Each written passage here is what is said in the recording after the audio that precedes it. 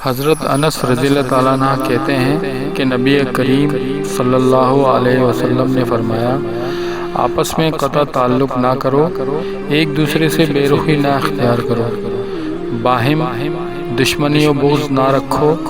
ایک دوسرے سے حسد نہ کرو، اللہ کے بندو آپس میں بھائی بھائی بن جاؤ۔ کسی مسلمان کے لیے جائز نہیں کہ 3 دن سے زیادہ وہ اپنے بھائی سے سلام کلام بند رکھے۔ شکر کی توفیق نعمت سے بڑھ کر ہے۔ حضور اکرم صلی اللہ علیہ وسلم نے ارشاد فرمایا، جب اللہ رب العزت بندے کو کوئی نعمت عطا فرماتا ہے اور وہ بندہ اس نعمت کے ملنے پر الحمدللہ کہتا ہے تو بندے نے جو شکر ادا کیا وہ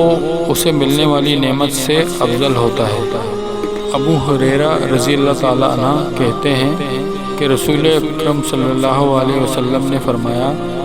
اللہ جل جلالہ کے 99 نام ہیں، جو کوئی ان کو یاد کر لے وہ جنت میں جائے گا، اور اللہ تعالیٰ طاق ہے، دوست رکھتا ہے طاق عدد کو۔ حدیث نبی صلی اللہ علیہ وسلم، نبی کریم صلی اللہ علیہ وسلم نے ارشاد فرمایا،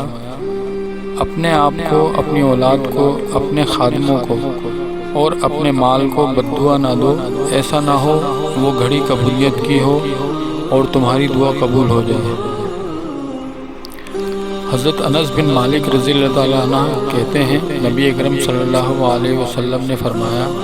تم لوگ اپنی اولاد کے ساتھ حسن سلوک کرو اور انہیں بہترین ادب سکھاؤ۔ حضرت ابوذر رضی اللہ عنہ کہتے ہیں،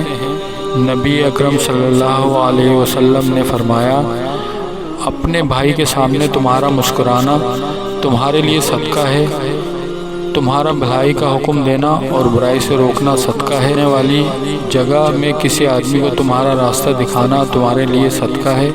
نابینا اور کم دیکھنے والے آدمی کو راستہ دکھانا تمہارے لیے صدقہ ہے، پتھر، کانٹا اور ہڈی کو راستے سے ہٹانا تمہارے لیے صدقہ ہے،